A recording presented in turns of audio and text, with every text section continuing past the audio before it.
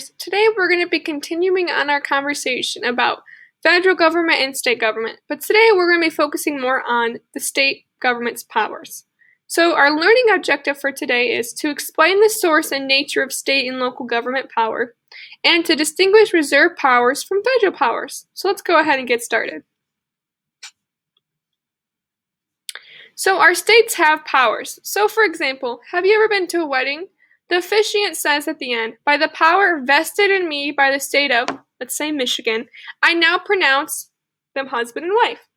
So the person performing the wedding got the power to perform weddings from the state.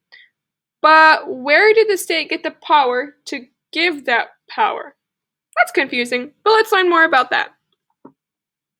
Alright, so here we're talking about states and the United States. So what's the difference? Well, the United States is a group of states that decided to unite themselves under a single government. So in the United States of America, there are 50 states.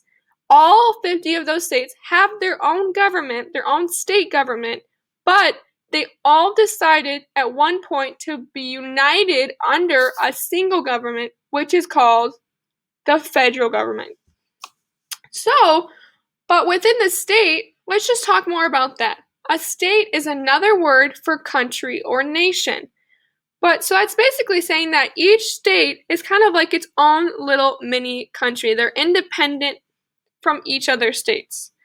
It's a political unit, has the authority to govern itself. So each state has its own state government and its own local governments. So it's saying that the federal government doesn't control every single thing the state does because the states have their own government.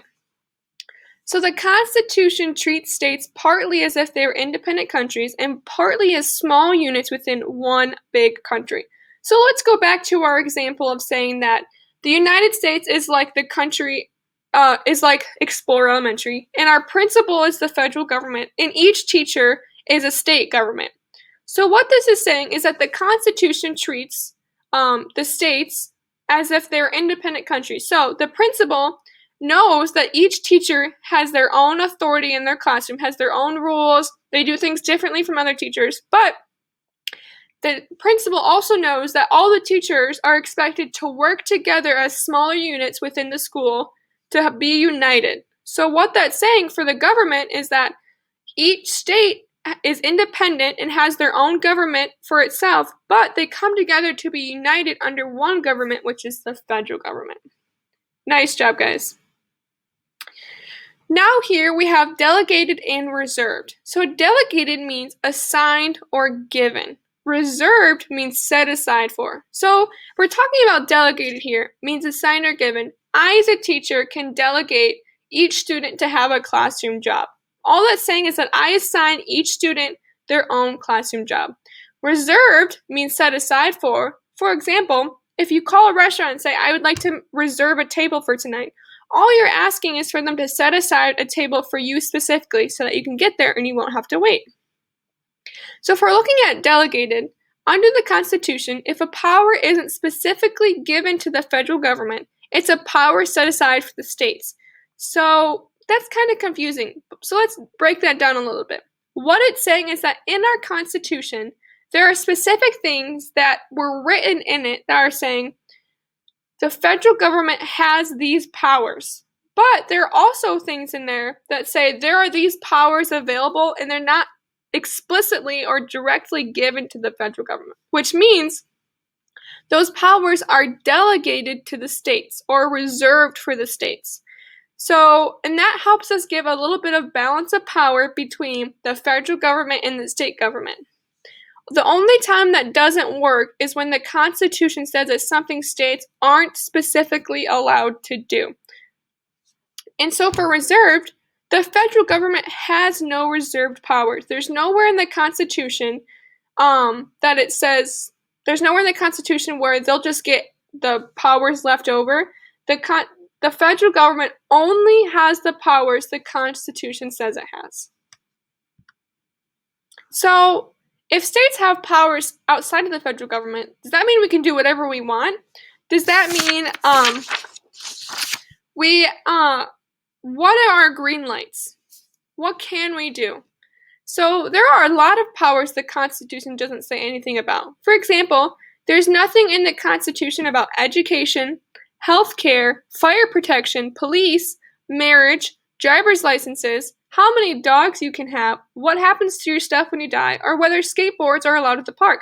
These are all things that it's just not specifically stated in our Constitution. So, looking at this, state and local governments have the power to make rules about all of those things listed above. So state governments can have their own rules about education, healthcare, fire protection, police, marriage, driver's license, dogs you can own, what happens to your belongings after you pass, and for something specific, whether skateboards are allowed at the park.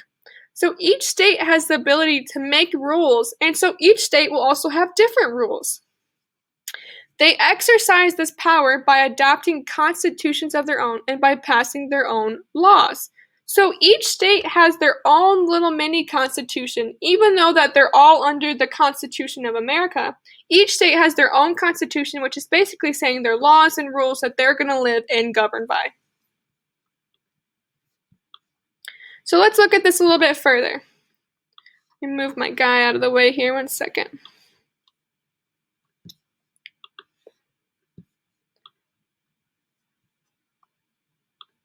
Oh, sorry, 1 second. There we go. All right, so shared powers, they're called concurrent powers. That's a weird word, but they're called concurrent powers. States can't share a power the Constitution gives only to the federal government. So, for example, the federal government, they're the ones who make all the rules, and they're the only ones who can print money. So the states can't share that power. States can't be in charge of printing money. So, and if sharing a power would cause a conflict, then the power cannot be shared. Some other concurrent powers, so powers that can be shared within the federal and state government, are running a court system. So there's a federal court, the Supreme Court, and then there are courts within each state. So they share the powers of running court systems, of enforcing laws, and borrowing money. All right, so what about local governments? We've talked about federal government, which is which is like our principal. Then we've talked about state government, which is like each state or each teacher. What about local governments? The Constitution says nothing about counties, cities, towns, boroughs, or any other small unit of government. So within a state, there are 100,000 different cities and towns and counties and etc.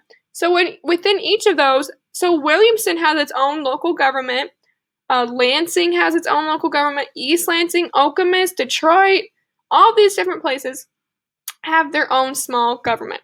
So it's up to states to decide what kinds of smaller governments to create and what powers those local governments will get to have.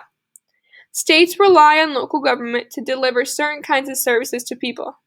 So that's because the smaller the unit of government, the closer that government is to the people, which is very true. States also give local governments the power, sorry, my thing is in the way. States also give local governments the power to make their own decisions about things like whether your dog needs to be a leash or whether Ugly Mart can build a 100-foot purple store downtown. Local governments are also usually empowered to collect property and sales taxes. All right, we're almost finished here. So, state power and federal funding. Sometimes the federal government would like to pass a nationwide law, but because the state or federal power split it can't. But in some cases, it can influence states to change their own laws. This is because over time, states who have spent too much money are become more dependent on federal money in order to provide services to their states. So there are some states who have borrowed too much money and they become really dependent on the federal government, so they allow the federal government to pass nationwide laws.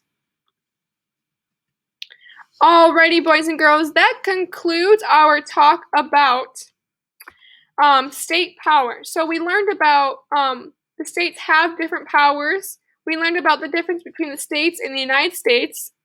We learned delegated and reserved. We learned what states can't do, but we also learned what states can do. We learned about concurrent powers, about local governments, about state power, and how it's affected by federal funding. So, I hope you all enjoyed this lesson today. Make sure you answer the questions as we go along, and then we have a 3-2-1 exit strategy worksheet you also need to complete. So thank you, 5th graders. Have a great day.